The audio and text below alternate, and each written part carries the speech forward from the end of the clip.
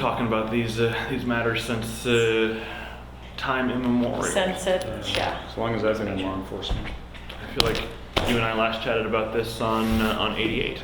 Yeah, yep. We were in this room with Jim Ludwig. He didn't show up this time. Yeah, I was just saying to Katie that they haven't been coming to any editorial board meetings, so. Well, we'll ask you about that in a second. Ready to go. All right, so normally we would have the Yes campaign introduce the measure and kind of talk about what it would do, but since they're not here, can each of you just briefly introduce yourselves, and then whichever one of you wants to give a kind of brief summary of what the measure Sure. says and what broadly what impact it would have.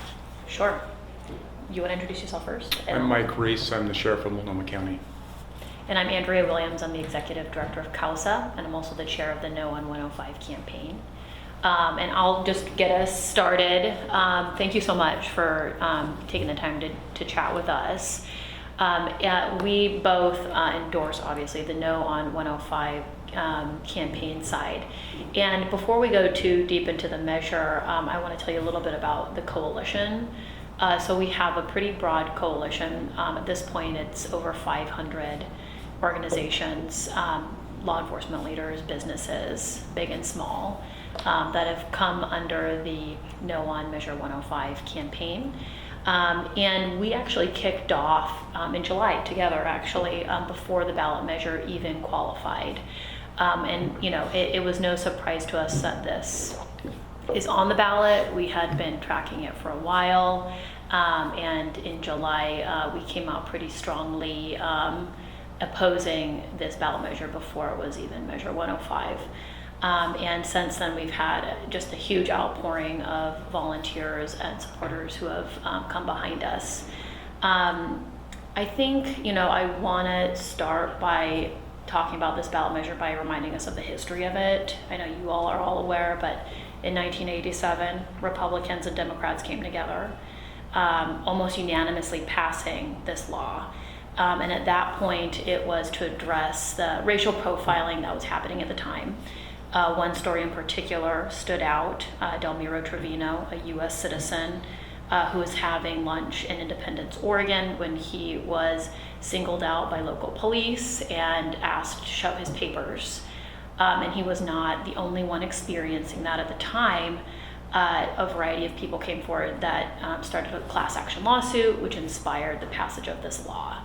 And legislators recognized at that time that racial profiling is wrong, and that also when local police play the role of federal immigration, immigrants can become too afraid to report crimes that they've been a victim of or share information if they've been a witness, which is why we have so many law enforcement leaders, including Sheriff Reese, coming behind the no side on this ballot measure. So I want to invite him to say a few words, but that's the general background of who we are and what this is about. And the measure would repeal that 1987 Right, law. yeah, Measure 105 would throw out Oregon's 31-year-old anti-racial profiling law. So I really appreciate the opportunity to come and speak to you. And I think this is really about who we are as Oregonians and who we are as law enforcement professionals, and what do we value and who do we represent. In the time that I've been in public safety, we've worked so hard to build trust with our communities. And that trust has allowed us to protect and serve people in a way that allows us to really go after the bad guys that are doing criminal acts in our community. When people trust us in law enforcement, they share information about what's occurring in their community. And they are willing to participate in the criminal justice system processes as victims and as witnesses. When they don't trust law enforcement, that creates a barrier for us to get that information to hold people accountable that are doing bad acts in the community. Certainly, we've come a long ways since the days that Andrea mentioned. And I'm really proud of the work that our police officers and our deputy sheriffs here in this community have done. And I don't want to take a step back and lose that relationship of trust that we have with immigrant communities. So one of the chief criticisms that has emerged during the debate on this measure is that the law, the way that it is understood right now, it is confusing and causes different agencies around the state to take different stances. And Sheriff Reese, you've seen this in your own agency where there was some communication with officers talking to federal officials when under your current policies that wouldn't be allowed. So different agencies having different interpretations of the law, and we've seen in the governor's race, Newt Bueller say that he is going to vote yes on the measure, but that he supports the principles behind the law. So can you kind of speak to that idea that there is confusion between different law enforcement agencies and different state agencies on what this law actually means? And does there need to be more clarity on that point and a better understanding by public officials of what being a sanctuary state under this law means? Yeah, it was interesting to read the comments from the governor's debate about this issue. And there is a lot of confusion. And in the time that I've been in public safety service, the priorities around immigration enforcement have changed, regardless of administration. They've gone back and forth. And, that's one of the reasons I think local law enforcement should stay out of the business of asking people their status in this country and focus on criminal acts. When someone comes across our border, and that person is undocumented, that's a civil matter, not a criminal matter that our police officers should engage in. The vitriolic debate that's going on a national level certainly has had an impact here on the local level as well. And I don't want our deputy sheriffs and our police officers embroiled in that debate. I want them focused on keeping this community safe. There is a lot of confusion, and I would hope that this dialogue, this conversation we're having with community members now, helps clarify what we stand for as law enforcement and what we represent and what we hope our relationship will be with immigrant communities. We've also, just to add on to what you're saying, Sheriff Reese, we've also heard from the Washington County Sheriff and the Clackamas County Sheriff, who have also said that this law provides clear guidelines for them on complicated federal immigration issues. I think they were quoted in the Portland Tribune, including Sheriff Reese, for saying that, and that it's a help for them as opposed to a hindrance. What we know from this law is that there's many exceptions that allow local law enforcement and federal immigration to work together when someone has committed a crime.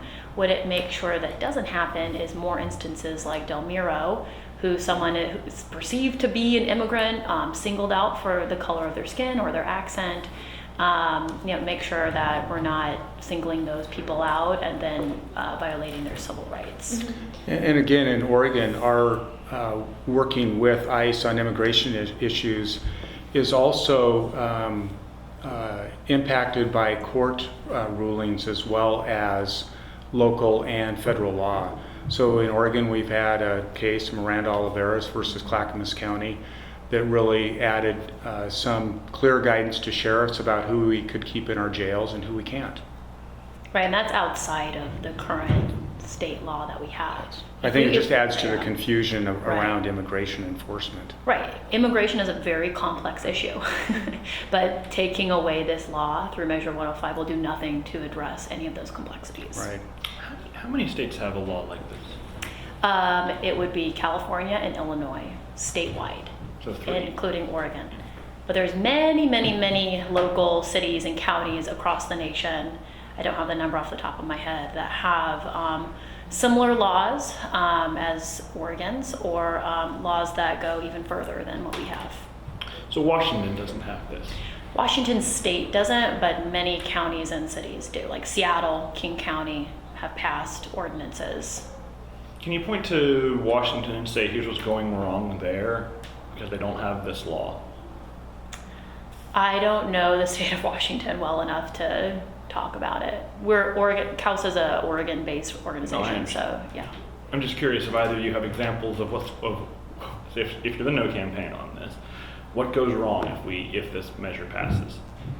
Again, I'm not familiar with the policies that Washington public safety officials have around their interaction on immigration, so I really can't speak to it. I think one of the understandings that some people have about this law, and maybe it's a misunderstanding and you can speak to that, but some people hold this belief that this law prevents law enforcement officers from allowing federal officials to intervene when there is an undocumented individual who has committed a crime, and particularly serious crimes, and that this law essentially requires law enforcement agencies to release these people and like shield them from the federal officials. Can you kind of speak to that? I would call it a misconception that a lot of people have, and explain exactly how you operate when you do arrest someone on a serious charge who happens to be undocumented, and what happens in those instances. Well, it's very complicated, and I don't know if we have the time to get into all of the nuances of it. But We have 17 hours. I will say this. That's a good number to pick. I'll say this. Our officers and our deputy sheriffs aren't asking people their immigration status, which is a good thing. We're focused on their criminal behavior and that conduct.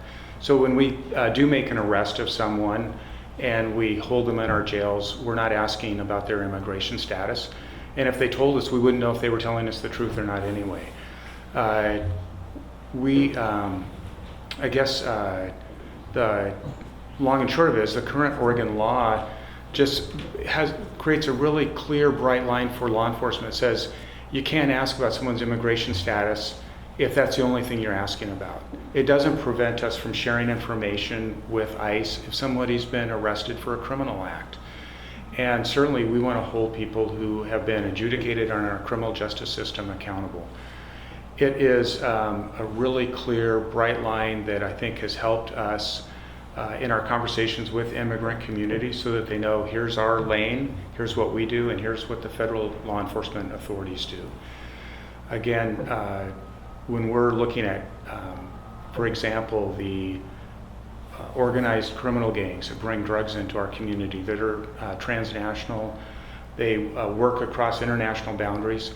We absolutely have to work with our federal law enforcement partners to be effective in reducing the amount of damage those organizations do in our community, and we work with them in those regards. When we talk solely about immigration status, that is the federal government's jurisdiction and their authority. We don't ask them to do domestic violence investigations.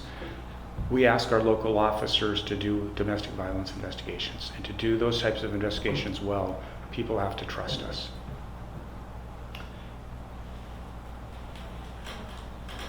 The yes campaign on this measure, they didn't show up. And I think you've mentioned that they're not showing up generally. Why not? Well, you would have to ask them. I don't Well, talk to I them would. Generally.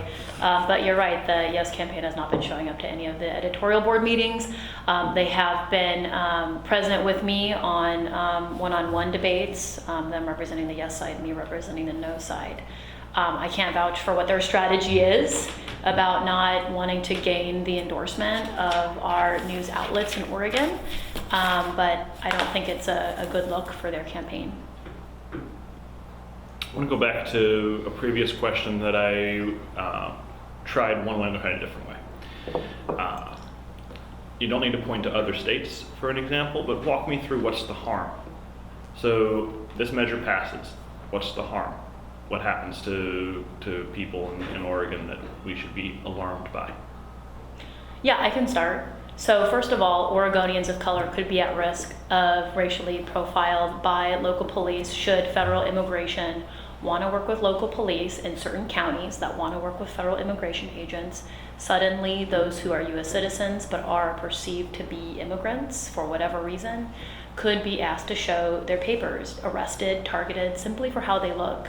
And as I said earlier, our state already said that that's wrong, and that that's a civil rights violation. We don't want to be treated as second-class citizens. I certainly don't want to be treated as a second-class citizen. My husband, who is Black, certainly doesn't want to be treated as a second-class citizen.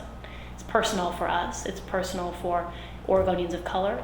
On the immigration side, it makes sure that families, women who are potentially suffering from domestic violence, don't have to worry that reporting a crime could result in the separation of their families, could suddenly land them in the hands of ICE and then deported back to a country they don't even remember and separated from their children, simply for coming forward because they are being a victim or they've seen another crime. So it makes sure that they can access the community safety resources that our state has so that everybody can be kept safe.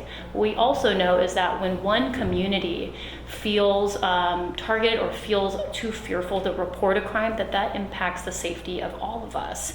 You know, say that I'm involved, I'm a victim of a crime, but somebody else witnessed it. Now they don't want to come forward because they're afraid of their immigration status. That hurts me as a U.S. citizen because I don't have a critical witness in my case, right?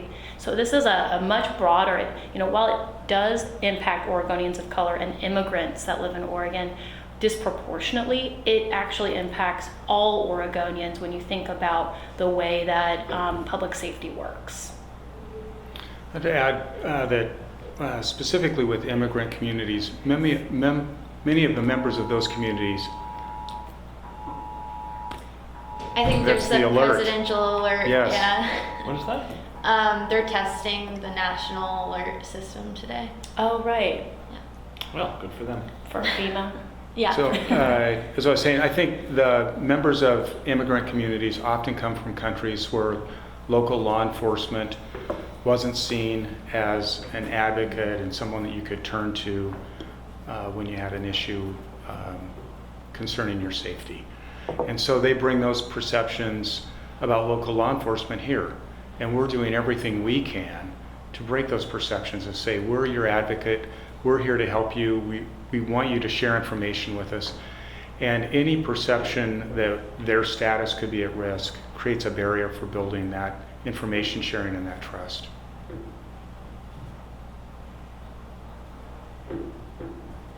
How much money has your campaign raised? So we are lucky to have the support of a lot of organizations, and we're actively working to raise a lot of grassroots dollars. I don't have the recent off the top of my head. You can take a look at our OrStar reports to see how much has come in. I'm not there on the daily. But you know, we're hosting house parties. We're talking to as many people as possible to contribute because, you know, we need to talk to a lot of voters about the importance of this issue. Largest donor? Again, I'm sorry, I don't have it off the top of my head. You can check out the OrStar. It's all reported there. But what I can say is, I mean, there's a diversity of organizations that are contributing, everywhere from businesses to civil rights groups, and then individual everyday people. And I think more importantly than the funding that's coming in is the vocal support. And we've had an opportunity to be with Nike representatives as well as local farm representatives who have, you know, from the largest businesses in the state of Oregon to the smallest, have said enacting this measure would be bad for Oregonians. This has little bearing on our endorsement, but I'm curious anyway. The last time there was a immigration-related ballot measure in Oregon was Measure 88 in 2012? 14. And to the surprise of many people in Portland, that measure failed. It was a measure that it was placed on the ballot by the same folks who have brought us Measure 105, but they placed it because they wanted it to fail. They were referring a bill that was passed by the legislature that would have provided driver ID cards for undocumented immigrants. And to many people's surprise, that measure failed 66% to 34%, something of a landslide. And again, it has little bearing on what we're going to decide in this room, but what makes you think that this will be different? It's a good question, and that issue, the driver license issue, continues to be a really important one for immigrant families that CAUSA works with. And I would say that this issue is very different. I mean, a driver license for undocumented immigrants is a different question than whether or not local police should be working hand in hand with the federal immigration agents. I mean, those are two very separate, different questions. And we also know that an overwhelming majority of Oregonians believe that racial profiling is wrong. I would also say that 2014 was a different time than where we are now, 2018. Every day, Oregonians are hearing about immigrant kids being kept in tent cities and families being torn apart. And I think this issue has a different level of visibility than it did in 2014. And our hearts and minds have really shifted, I think, about and more clear about where we should be on this particular immigration issue. Any thoughts on that?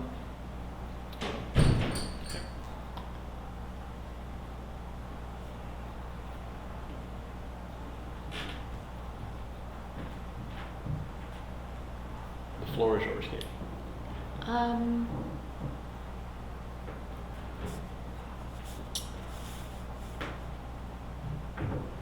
I think that, and it is kind of hard to like have a debate when the other side isn't here, but Flip an empty chair and do the Clint Eastwood thing.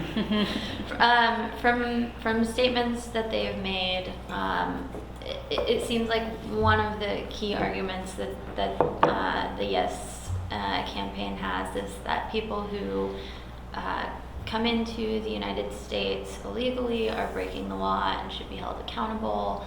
What is your response to that? Well, first of all, that is the job of the ICE, and ICE is deporting people at record rates, is the first response I would have. The second response I would have to their general arguments is that I think they're completely misleading and false. I think they're stereotyping an entire group of people when the facts actually show that immigrants commit fewer crimes than US-born citizens. The FBI's own data shows that violent crimes in Oregon are at near all-time lows, and that there's really no correlation between immigration and crime. And the facts clearly show that, and our opponents are using fear-based tactics to mislead and scare Oregon voters.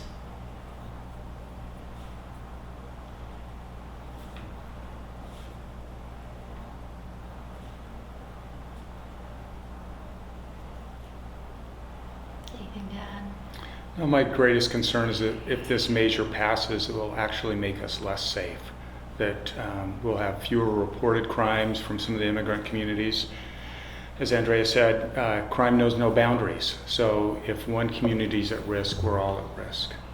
And to add on to that too, there's like real evidence of this happening. So when Texas passed, I think it was called Senate Bill 4, local police were reporting a huge drop in calls from the Latino community. Not that all Latinos are immigrants, Can but you explain what that Senate so bill did? yeah, I can't remember all the details because there's so many things to keep track of. But it was a harsh immigration state level bill. I don't remember off the top of my head what it all did. But it was kind of the reverse of what we're trying to do here in Oregon with our 1987 law. I think, and it's been a long time since I looked at that particular bill, but I think that the general idea was that it was a requirement for local law enforcement agencies to work with the feds, so that if they learned that somebody was undocumented, they had to report. Right, so it's Does like that sound- a little bit of the Yeah. opposite way we were trying to go, and there was I remember hearing there was a huge drop. You might want to look into that further, but in terms of what we're anticipating happening, I think that is a good indicator of what might happen.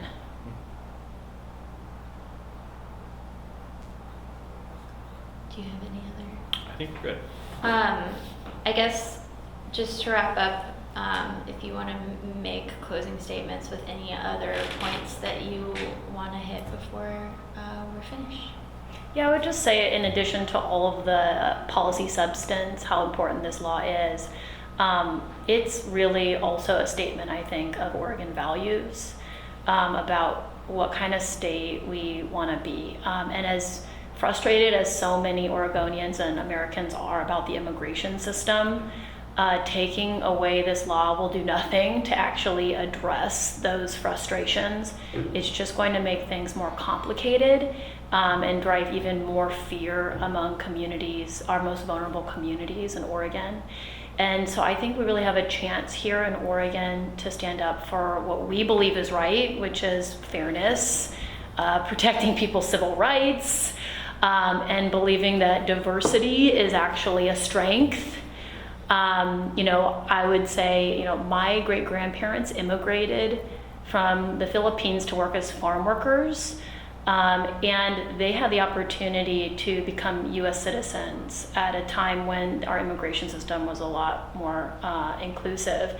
And, they were able to achieve the American dream for my family. And that's kind of the aspirational narrative of who we are as Americans, who we are as Oregonians. And I think Measure 105 goes against that aspirational vision of who we want to be and who we can be.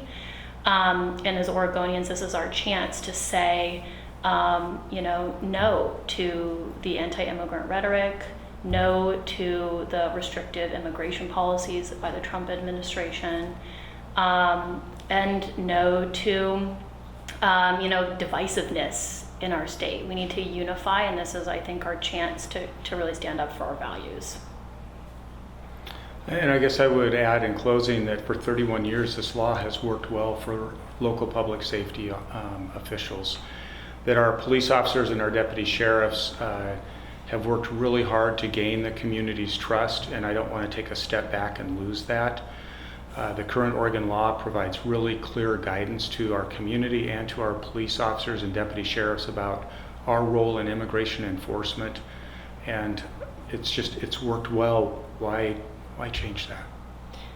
Can I, even though that was closing statements, can I ask one more question? If this measure passed, would your agency change its practices in any way, and would repealing this law require you to do anything differently? That remains to be seen. I think that's a conversation, if it were to pass, that we would have to have with our other elected officials and our public safety partners across the board. I'm not sure what the impact will be. I do know that it's a small law enforcement community in Oregon. And so what happens in one jurisdiction can impact the relationship we have with the community in another jurisdiction. So if you were to have, for example, police officers or deputy sheriffs in other parts of the state start engaging in immigration enforcement, asking people about their status, that could impact our relationship with our community here as well. All right. All right. Thank you both. Thank you very much. Yeah. I appreciate the Thanks for having opportunity. us.